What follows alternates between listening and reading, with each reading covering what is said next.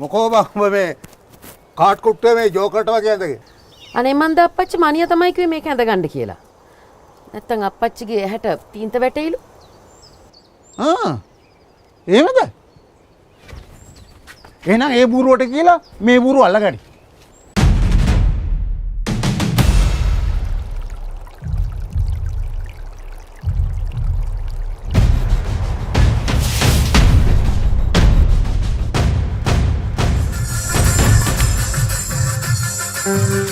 ගෑණියෙක් මිනිහෙක් එක්ක කතා කරත් දික්කසාත කරන මිනිස්සු ඉන්න මේ රටේ මේ මිනිස්සයා මගේ හැම කුණුහරුපයක්ම ඇස් පන අපිටම දැකලායි මට කැමති උනේ.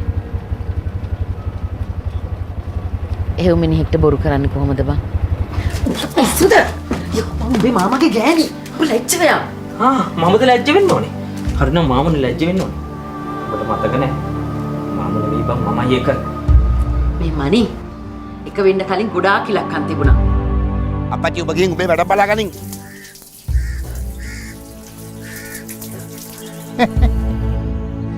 එයකෝ බාත්රූම් හදන්න හෙළුවෙන් ඉන්න කැමති උ.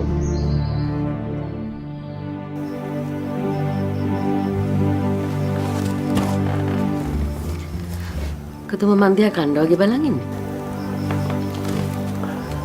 මට හිතුණා දැකලා නැති වුණාට අපේ අම්මත් hina වෙනකොට උඹ වගේම ලස්සනට ඇති කියලා. ඇයි? උඹේ අම්මා මැරිලාද? සමහර විට ජීවිතුන් අතර ඉන්නවත් ඇති. මට මතක අපේ අම්මත් උඹ වගේම සුදුයි කියලා විතරයි.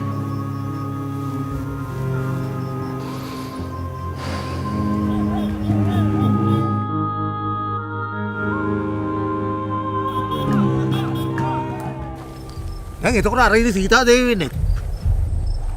මගේ ගෑණි අම්බපාලි වෙන්න පුළුවන්. ඔබ ජීවිත කාලෙම කලේ සීතා දේවිලා ගෙනල්ලා අම්බපාලිලා කරලා පාරට දාපු එක. ඔබ මගේ අම්මට කළේ ඒ ටිකමයි. ITN Max, the official digital platform of ITN Sri Lanka. Stream your favorite shows anytime, anywhere. Watch now on itnmax.lk.